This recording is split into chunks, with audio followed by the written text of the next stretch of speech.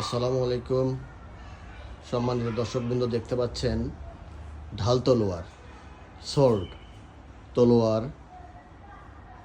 একটা সময় যুদ্ধ হতো, আত্মরক্ষার্থে কিংবা বিজয়ীরা যে অস্ত্রগুলো ব্যবহার করে যুদ্ধে অংশগ্রহণ করতেন, সেই যন্ত্রগুলো দেখতে পাচ্ছেন। তলোয়ার, ঢাল, চাকু, তীর, ধনুক। আপনারা ইতিহাসে অনেক বড় বড় যোদ্ধাদের জীবনী পড়লে দেখতে পারবেন, তারা এসব অস্ত্র ব্যবহার করে বিভিন্ন যুদ্ধে জয়লাভ করেছেন। দেখুন কি সুন্দর। আমি ইউ মার্কেট, ফুটিয়ান মার্কেট অপোজিটে একটা শোরুমে আছি, যারা এই ঢাল তলোয়ারগুলো বিক্রি করেন।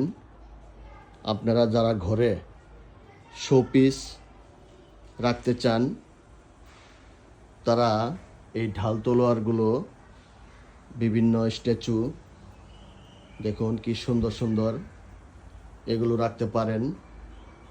তারপরে এই লাঠিগুলো দেখতে পাচ্ছেন, এই লাঠি, এগুলো হচ্ছে যারা বয়স্ক মানুষ, সিনিয়র সিটিজেন, তাদের জন্য খুবই ভালো। লাইট জ্বলে, অটো লাইট। তারপরে দেখুন কি সুন্দর ছোটো ছোটো চাকু, তলোয়ার, ঢাল।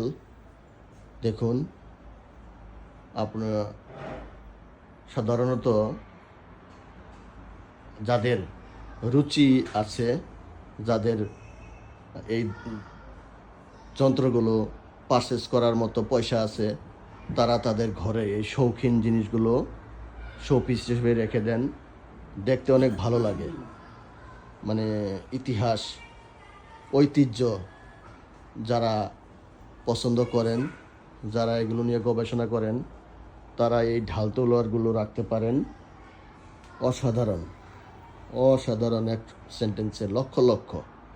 এই যে চাইনিজ মহিলা দেখেন, আজকে রবিবার, হলিডে, তারপরেও উনি গভীর মনোযোগ সহকারে এগুলো সেল করতেছেন।